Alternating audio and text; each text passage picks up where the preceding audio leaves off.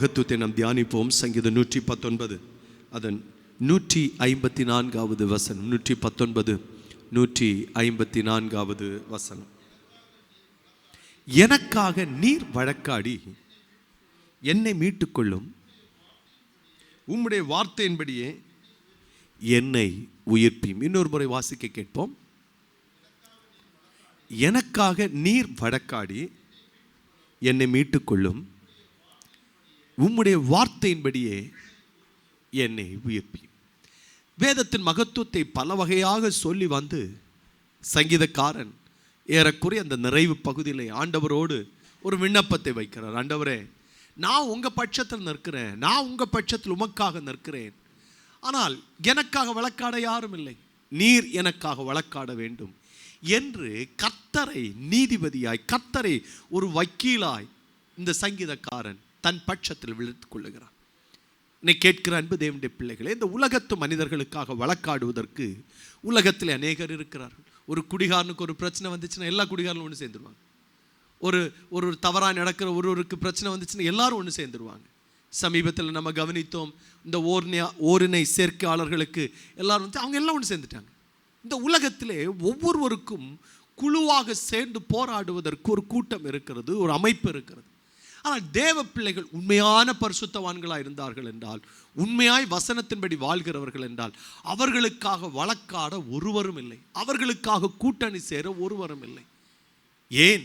அவர்களுக்கு தெரியும், இவர்களுடையதான பேச்செல்லாம் தேவ பிள்ளைகளுக்கு எடுபடாது, தேவ பிள்ளைகளுக்கு தேவனே வழக்காட வேண்டும் என்று அறிந்துதான் இந்த சங்கீதக்காரன் வசனத்தை அழகாய் கற்றுக்கொண்டு ஆண்டவரை பார்த்து கேட்க, ஆண்டவரே, வேறு யார் வழக்காடினாலும் சரியாகாது, இந்த வழக்கை நீர்தான் எனக்காக வழக்காட வேண்டும்.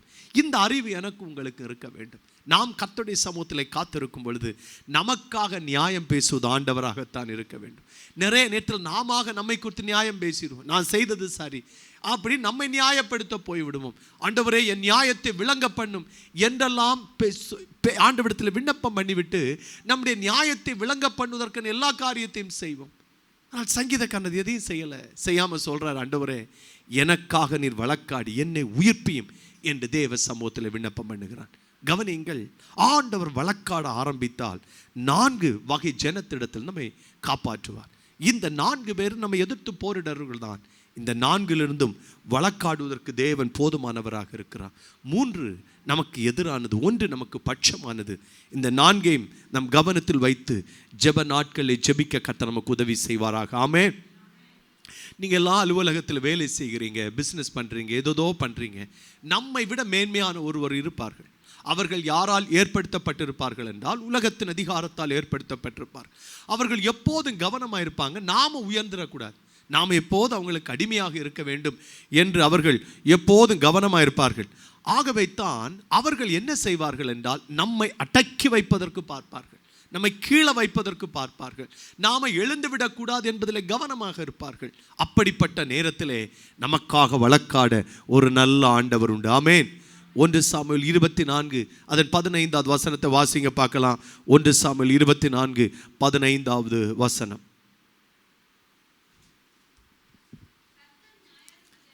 கர்த்தர் நியாயாதிபதியாயிருந்து எனக்கும் உமக்கும் நியாயம் தீர்த்து எனக்காக வழக்காடி நான் உம்முடைய கைக்கு தப்ப என்னை விடுவிப்பாராக என்றார். இன்னொரு முறை அந்த வசனத்தை வாசிப்போம். கர்த்தர் நியாயாதிபதியாயிருந்து எனக்கும் உமக்கும் நியாயம் தீர்த்து எனக்காக வழக்காடி நான் உம்முடைய கைக்கு தப்ப என்னை விடுவிப்பாராக என்றான். இதை சொன்னது யார் என்றால் தாவீது சொல்லுகிறான், யாரிடத்தில் சொல்லுகிறான்? சவுலிடத்திலே சொல்லுகிறான். நமக்கு தெரியும், தாவீதும் சவுலும் தேவனால் ஏற்படுத்தப்பட்டவன் தான். ஆனால் தேவ பிரியத்தின்படி ஏற்படுத்தப்படலை, ஜனத்தின் விருப்பத்திற்காக அங்கீகரிக்கப்பட்டவன். ஆனால் தாவீதோ தேவனுடைய இருதயத்திற்கு ஏற்றவனாய் மாறுகிறான். இந்த தாவீது சவுலை எதிர்த்து வேட்டையாடி இருக்க முடியும், ஆனால் அவன் தனக்குள் ஒரு தீர்மானம் பண்ணினா, தேவன் தான் அபிஷேகம் பண்ணி இப்போ விழுந்து போன உண்மை, அதனால் நான் ஒன்றும் பண்ண மாட்டேன், தேவனை பார்த்து கொள்ளட்டும் என்று அவன் தன்னை கொண்டு விடாதபடிக்கு மறைந்து வாழ்ந்து கொண்டிருந்தான். என்றைக்காச்சும் ஒரு நாள் கர்த்தர் உயர்த்தும் போது பார்த்து கொள்ளலாம், என்று அவன் மறைந்திருந்தான். இப்படி இருக்க தாவீது இருக்கிற அந்த ஊர் சவுலுக்கு தெரிந்து அந்த ஊரெல்லாம் வேட்டையாடுவதற்காக வந்துட்டான். வந்தும் தாவீது சவுலின் கையில் மாட்டாமல் இருக்கும் பொழுது ஒரு இரவு நேரத்தில் அவன் மல ஜலாதிக்கு போவானா.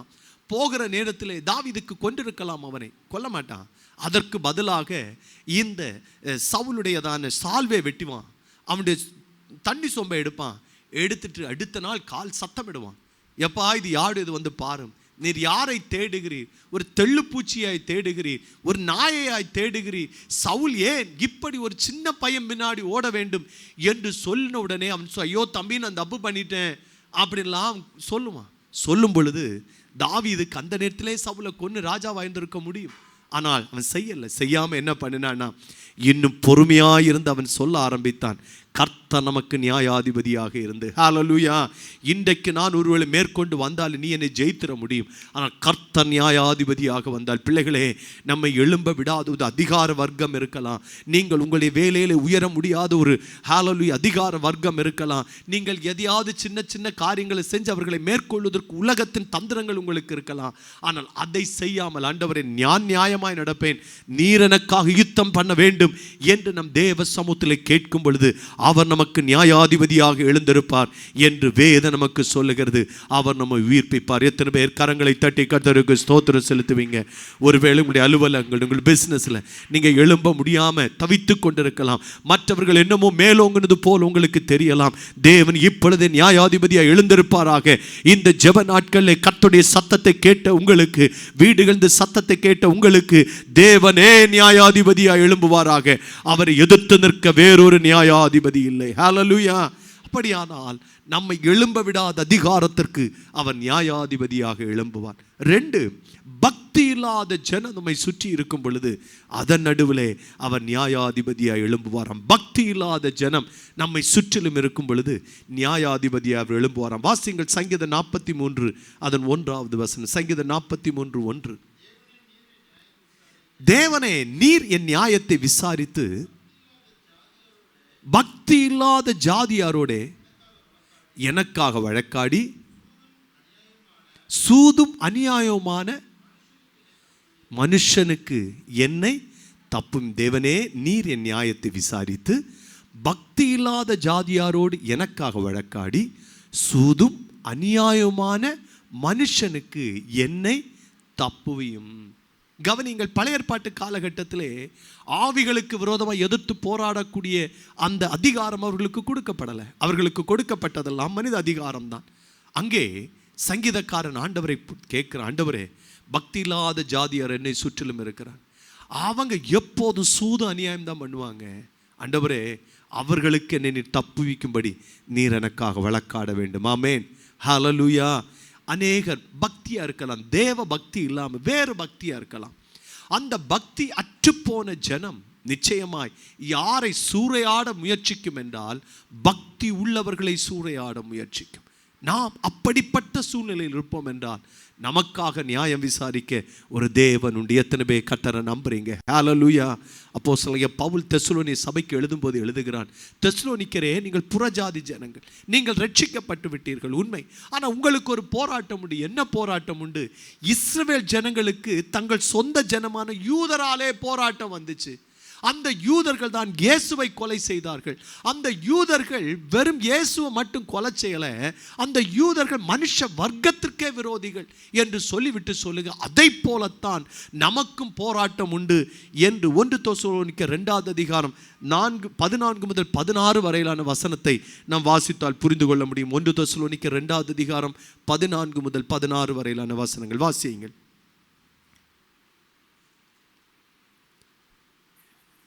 எப்படி எனில் சகோதரரே, யூத தேசத்தில் கிறிஸ்து இயேசுவுக்குள்ளான தேவனுடைய சபைகளை நீங்கள் பின்பற்றினவர்களாகி அவர்கள் யூதராலே எப்படி பாடுபட்டார்களோ அப்படியே நீங்களும் உங்கள் சுய ஜனங்களாலே பாடுபட்டீர்கள்.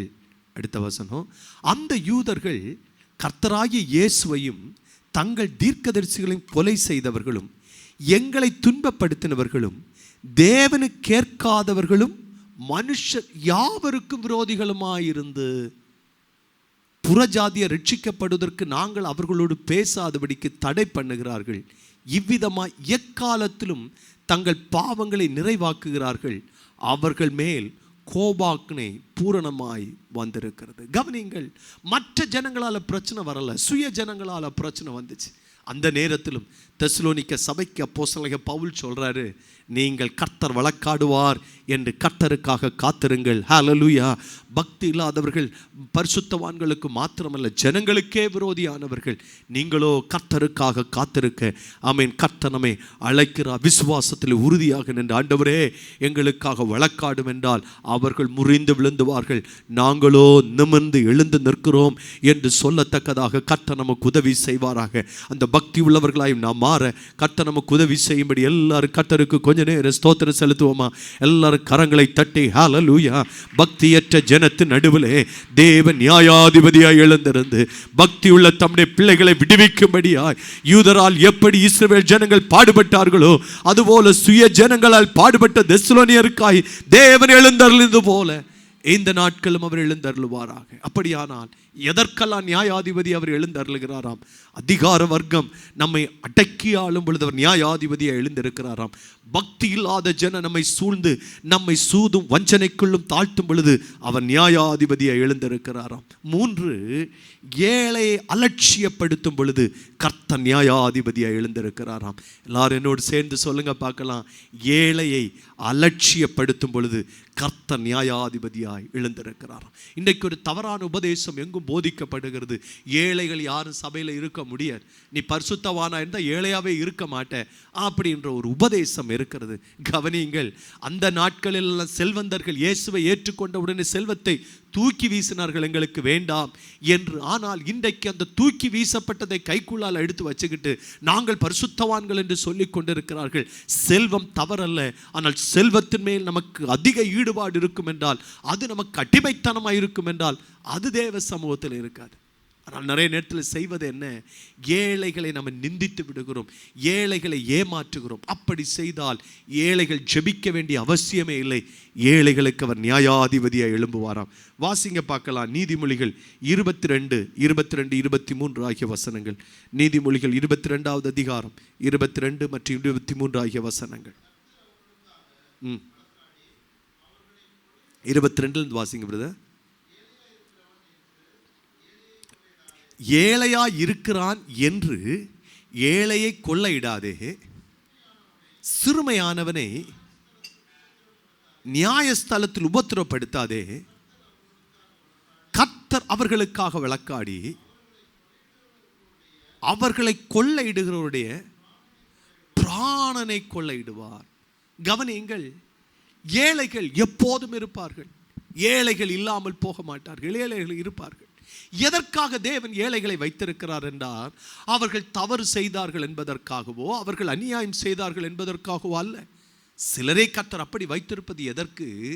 நாம் அவர்களிடத்தில் எப்படி நடந்து கொள்ளுகிறோம், நம்முடைய நடவடிக்கை எப்படி இருக்கிறது. ஏழைகளை ஈஸியாக ஏமாத்திடலாம், ஏழைகளை ரொம்ப சுலபமாய் வஞ்சித்து விடலாம். அப்படி ஏமாற்றினால் அவர்களுக்கு எங்கேயும் போய் சொல்ல முடியும். என்று அவர்கள் ஒரு ஏக்கத்தை தெரிவித்தால் அதுவே போதும், தேவன் அவர்களுக்காக வழக்காடுவாராம். பிள்ளைகளே, நீங்கள் வேலை செய்கிற இடத்துல எல்லாம் ரொம்ப ஏழைகள் இருப்பாங்கன்னா அவர்கள் மேல் ஒரு கரிசனை உங்களுக்கு இருக்கட்டும். ஏன்? அவர்கள் பட்சத்தில் தேவன் இருக்கிறார். ஹல்லேலூயா. ஏழைகளை ஒரு நாள் சில இந்த கிராமப்புறங்கள்லாம் அதிகமாக இதை பார்க்க முடியும். ஒரு ஏழை இருக்கிறார், குடிச்சு அவன் ரொம்ப ரொம்ப ரொம்ப ஏழையாக மாறி இருந்திருப்பான். இப்போ அவனுக்கு கொஞ்சம் லேண்ட் ஏதாச்சும் இருக்கும். செல்வந்தர்கள் என்ன செய்வாங்கன்னா, அவனுக்கு குடிக்கிறதுக்காக டெய்லி 100, 200 அப்படின்னு கொடுத்து கொஞ்ச நாள் ஆகும்போது சொல்லுவார், உனக்கு எவ்வளோ தந்துட்டேன், நீ அந்த லேண்டை எனக்கு எழுதித்தா என்று ஏமாற்றி வாங்கி விடுவார்கள். அவர்கள் பார்வையில் பார்த்தால் கொடுத்துட்டே வாங்கிட்டான், உண்மையாக அது ஏமாற்றின. அவருடைய பிள்ளைகள் அதை பார்த்து கண்ணீர் வடிப்பார்கள். அது நமக்கு ஒரு நாளும் நன்மையாக மாறாது. பிள்ளைகளே, ஏழைகளை நாம் ஒரு நாளும் வஞ்சித்து விடவே கூடாது. அவங்க கிறிஸ்தவர்களாக இருக்கட்டும், கிறிஸ்தவர்கள் அல்லாதவர்களாக இருக்கட்டும், அவர்கள் பாவிகளாக இருக்கட்டும், அக்கிரமக்காரர்களாக இருக்கட்டும், ஏழைகளை நாம் ஒரு நாள் என்ன பண்ணிடக்கூடாதுன்னா, அவன் அசட்டை பண்ணிடவே கூடாது. ஹல்லேலூயா.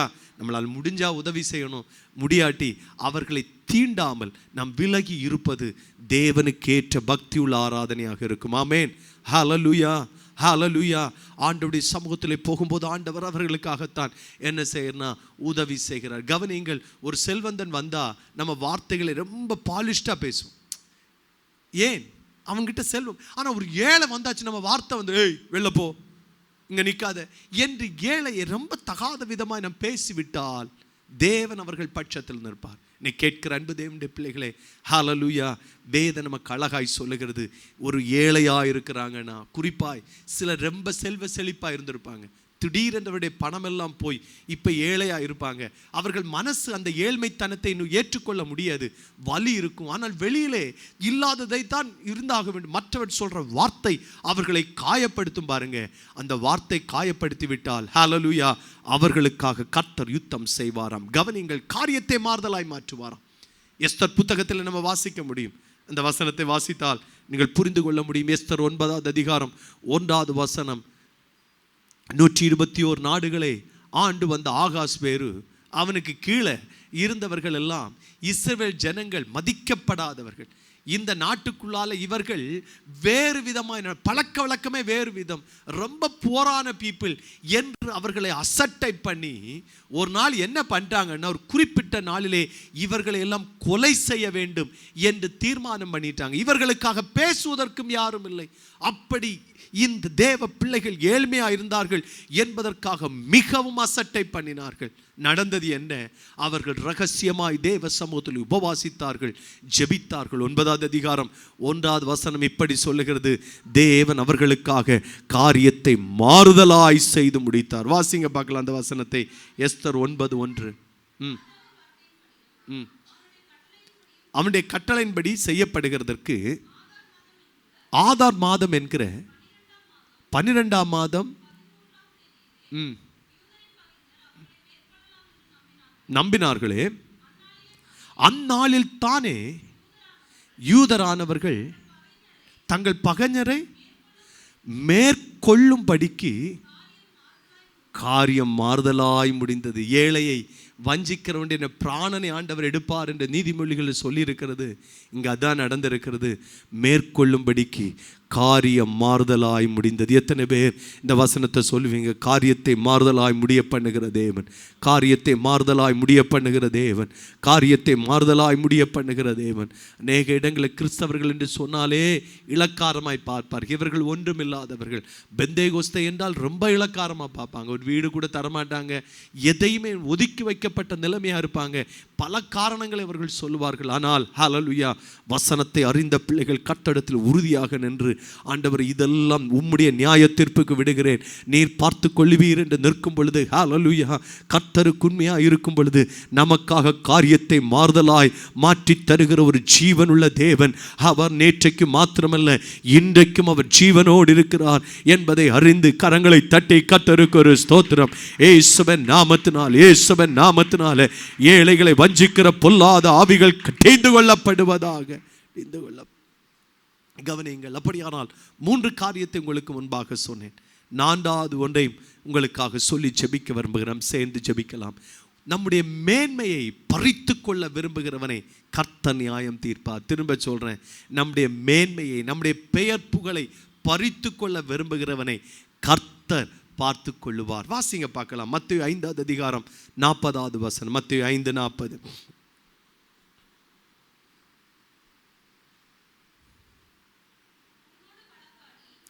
உன்னோடே வழக்காடி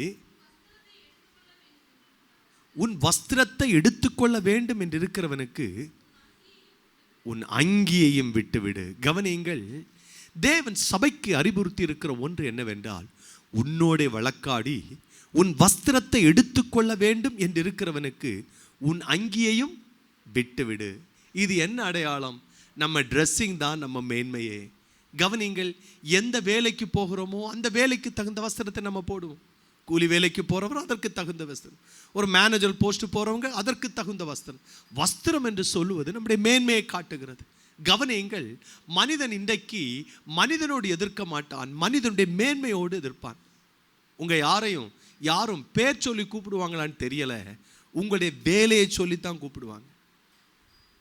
மாப்பிள்ளை நல்ல கேரக்டரானலாம் கேட்க மாட்டாங்க, மாப்பிள்ளைக்கு என்ன வேலை, அவ்வளோதான் இன்றைக்கு உலகத்திற்கு தேவை. கவனிங்கள், அந்த மேன்மையை எடுத்துக்கொள்ளுவதற்கு பிசாசு எப்போதும் என்ன செய்வென்றால் போரிடுவான். பிசாசு என்ன செஞ்சிட்டு இருப்பான்னா வஞ்சித்து கொண்டே இருப்பான். வேதம் நமக்கு சொல்லுகிறது, அப்படி ஒருவன் எதிர்க்க ஆரம்பித்தால், அப்படி ஒருவன் உங்களை விட்டு ஒரு வேலையை, உங்களை விட்டு ஒரு மேன்மை பறித்து கொள்ள வேண்டும் என்று விரும்பிவிட்டால் நீங்கள் கவலைப்படாதீங்க, அதை விட்டுருங்க. உங்களுக்காக வழக்காட ஒரு சர்வ வல்லமையுள்ள ஆண்டவர் இருக்கிறார். ஆமென், ஹல்லேலூயா. உங்கள் ரைட்ஸுக்காக நீங்கள் ஒரு நியாயாதிபதி கிட்ட போய் நிற்காதீங்க. உங்கள் ரைட்ஸுக்காக நீங்கள் எங்கேயாவது கைகூலி கொடுத்து நிற்காதீங்க.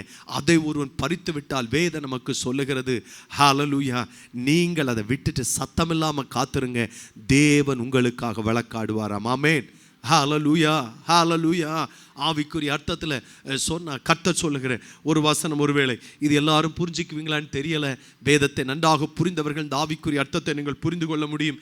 எரேமியா 51 அதிகாரம் 36 வசனம். எரேமியா 51 36 வசனம்.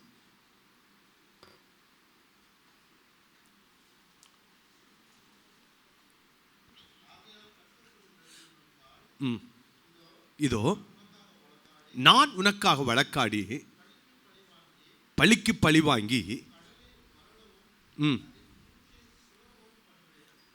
36 வசனம் எல்லாரும் இப்போ எடுத்துட்டீங்கன்னு நினைக்கிறேன்.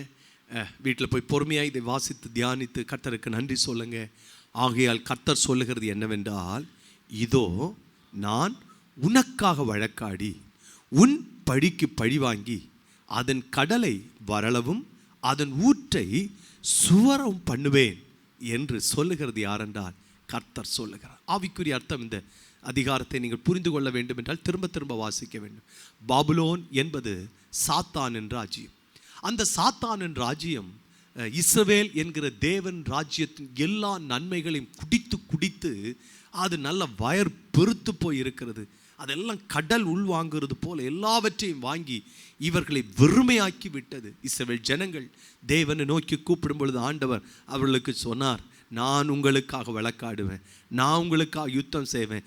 இந்த பாபேல் எதையெல்லாம் உங்ககிட்டேருந்து பறித்து கொண்டதோ அதையெல்லாம் உங்களுக்கு தரும்படி அதை வற்றி போக பண்ணுவேன் என்று கர்த்தர் சொன்ன வார்த்தை தான் இந்த வார்த்தை. பிள்ளைகளே, ஹல்லேலூயா. நம்முடைய மேன்மைகள் எல்லாம் ஒருவேளை பறிக்கப்பட்டிருந்தாலும் தேவ வார்த்தையை நாம் நம்புவோம். கர்த்தர் நமக்காக வழக்காடி, ஹல்லேலூயா, வற்றி போக வேண்டியதை வற்றி போக பண்ணி, ஊற வேண்டியதை ஊற்று நீராய் வர பண்ணி நமக்காக மேன்மையை கொண்டு வருகிற ஒரு சர்வ வல்லமை உள்ள தேவன் இன்றைக்கு நமக்காக இருக்கிறார். சங்கீதக்காரனோடு சேர்ந்து நாமும் ஆண்டவரை பார்த்து சொல்லுவோம், ஆண்டவரே, நீர் எனக்காக வழக்காடி, தகப்பனே, ஹல்லேலூயா, உம்முடைய வசனத்திற்கு கீழ்ப்படிந்திருக்கிற எனக்காக நீர் வழக்காடி என்னை மீட்டுக் கொள்ளும். ஆண்டவரே, உம்முடைய வார்த்தையின்படியே என்னை உயிர்ப்பியும். அந்த வசனத்தை 1-2 முறை வாசித்து நிறைவு செய்வோம். சங்கீதம் 119 அதன் 154. சங்கீதம் 119 154 வசனம். எனக்காக நீர் வழக்காடி என்னை மீட்டுக்கொள்ளும், உம்முடைய வார்த்தையின்படியே என்னை உயிர்ப்பியும். எனக்காக நீர் வழக்காடி என்னை மீட்டுக்கொள்ளும், உம்முடைய வார்த்தையின்படியே என்னை உயிர்ப்பியும். ஹல்லேலூயா, ஆமென். அதிகார வர்க்கத்திலிருந்து கர்த்தர் நம்மை மீட்டுக் கொள்ளுவாராக. பக்தி இல்லாத ஜனத்தின் மத்தியிலிருந்து கர்த்தர் நம்மை மீட்டுக் கொள்ளுவாராக. அலட்சியப்படுத்துகள் மத்தியிலிருந்து கர்த்தர் நம்மை மீட்டுக் கொள்ளுவாராக. நம்முடைய எல்லா மேன்மைகளையும் பறித்து கொள்ளுகிற நடுவிலிருந்து கர்த்தர் நமக்காக வழக்காடி நம்மை மீட்டுக் கொள்ளுவாராக. இந்த தேவன் என்றும் என்றும் உள்ள சதாக்கால் நம்முடைய தேவன். இந்த வார்த்தையே நம்முடைய ஹல்லேலூயா ஜெபத்தின் வார்த்தைகளாக மாறட்டும், விசுவாச அறிக்கையாக மாறட்டும். ஆண்டவரே, எனக்காக வழக்காடுகிற தேவனே, என்னை வழக்காடி என்னை மீட்டு கொண்டு என்னை உயிர்ப்பியும். ஆண்டவரே, ஹல்லேலூயா. திரும்ப ஜீவனை தந்தது போல, திரும்ப மகிழ்ச்சியை தந்தது போல கர்த்தர் நமக்காக வழக்காட இறங்கி இருக்கிறார். அவர் வழக்காடுவதற்கு நாம் செய்ய வேண்டியது என்ன? நாம் அவர் பட்சத்தின் கர்த்தரை துதித்தால் மட்டும் போதுமானது. ஹல்லேலூயா. கர்த்தரை ஆராதித்தால் மட்டும் போதுமானது. மித்தத்தை அவர் நமக்கு பார்த்துக்கொள்ள. எழுந்து நிற்போமா எல்லாரும்? கர்த்தர் நமக்காக வழக்காட கர்த்தருக்கு ஸ்தோத்திரம் செலுத்துவோம். எந்த பிரச்சனையில் சிக்கி இருக்கிறீங்களோ அந்த இடத்துல தேவன் உங்களுக்காக வழக்காடுவாராக. தகப்பனே, உமக்கு நன்றி. தகப்பனே, உமக்கு நன்றி. ஹல்லேலூயா. அதிகார வர்க்கத்தின் பிள்ளைகளை மீட்டு ரட்சிப்பீராக. ஆண்டவரே, பக்தி இல்லாத ஜனத்தின் நடுவில் ஆண்டவரே வழக்காடுவீராக. தகப்பனே, ஹல்லேலூயா. அலட்சியப்படுத்துகிற மத்தியிலே கர்த்தர் வழக்காடுவீராக. மேன்மையை பறித்து கொள்ளுகிற மத்தியிலே கர்த்தர் வழக்காடுவீராக. ஹல்லேலூயா. ரத்தத்தால் ஜெயம், ரத்தத்தால் ஜெயம். எல்லாரும் வாய்களை திறந்து கொஞ்ச நேரம் கர்த்தருக்கு ஆராதனை. ஷதன் கனாத ரக்கமனே சுதார ரபத்தனா உடபல பலபர பௌட்டராக்க ரத்தனா ஷடந்தரேகமன துரிக்க ரத்தனா. வழக்காடுகிற தேவ சத்தம் எழும்புவதாக, வழக்காடுகிற தேவ சத்தம் எழும்புவதாக, எங்களை மீட்டுக் கொள்ளுகிற தேவ பலன் எழும்புவதாக. ஹல்லேலூயா. எங்களை உயிர்ப்பிக்கிற தேவ பலன் எழும்புவதாக. அந்நிய வல்லமைகள் அடங்குவதாக, பாபேலின் வல்லமைகள் அடங்கி ஆண்டவரே ஹல்லேலூயா தேவ வல்லமை இயேசுவின் நாமத்தினாலே வெளிப்படுவதாக. ரிபதோ ரகடத ரேத்தனமான சபதம் பிரகடத ருத்தனா ரிடபல் கௌடா ரகடா துட்ட ரக்கனா உடபல் பௌடா ரகதனா ஹட்டனா அடபல் பௌடரோ துடாத ரக்க தேலபா ரகதனா ஷியதா ரபதா ரோகத்தனமனா துடா உடபல் கௌடா ரேஹேனே பரத்தனே சுபதரா ஹடாத ரக்க ரத்தனா. இயேசுவின் நாமத்தினாலே, இயேசுவின் நாமத்தினாலே உமக்கு விரோதமாய் வழக்காட ஒருவரும் இல்லை ஆண்டவரே. ஆண்டவரே நீர் ஹல்லேலூயா உயிரோடு எழுந்திருந்து எங்களுக்காய் பரிந்து பேசும்படி பிதாவின் வலது பாரிசத்தில் வீற்றிருக்கிறதற்காக உமக்கு நன்றி செலுத்துகிறோம் ஐயா, உமக்கு நன்றி செலுத்துகிறோம் தகப்பனே. நன்றியோடுமை ஸ்தோத்தரிக்கிறோம். இந்த வார்த்தைக்காக உமக்கு நன்றிப்பா. நீர் எங்களுக்காக வழக்காடுகிற தேவன், பிள்ளைகளுக்காக வழக்காடும், சபைக்காக வழக்காடும். ஆண்டவரே எங்களை மீட்டுக்கொள்ளும், எங்களை உயிர்ப்பியும். ஆண்டவரே எல்லார் மேலும் இந்த கிருபை தங்கட்டும் என்று ஜெபிக்கிறேன். ஆண்டவரே ஹல்லேலூயா எல்லார் மேலும் ஆண்டவரே உம்முடைய ஆசீர்வாதத்தை கர்த்தர் வைத்து அனுப்புவீராக. வீடுகளிலிருந்து ஆராதித்த பிள்ளைகளுக்காக ஸ்தோத்திரம். அவர்களை கர்த்தர் ஆசீர்வதிப்பீராக. உதவிக்காக வந்த எல்லாரையும் மறைத்துக்கொள்ள, அநேகருக்கு வர முடியலை, அவர்களை வரவிடாமல் தடுக்கிற அந்தகாரத்தின் வல்லமை இயேசுவின் நாமத்தினாலே கட்டீந்து கொள்ளப்படுவதாக. ஆண்டவரே எல்லாரும் ஒருமித்து கூடிமை ஆராதிக்க ஆண்டவரே தேவ ரகசிய செயல் உண்டாகட்டும். ஜெபத்தை கேட்டதற்காக நன்றி இயேசுவின் நாமத்தில் பிதாவே. ஆத்மாவே கர்த்தரை ஸ்தோத்திரி, முழுமையோட பரிசுத்த நாமத்தை ஸ்தோத்திரி. ஆத்மாவே கர்த்தரை ஸ்தோத்திரி, கர்த்தர் செய்த சகல உபகாரங்களை மறவாதே. ஆமென். ஹல்லேலூயா.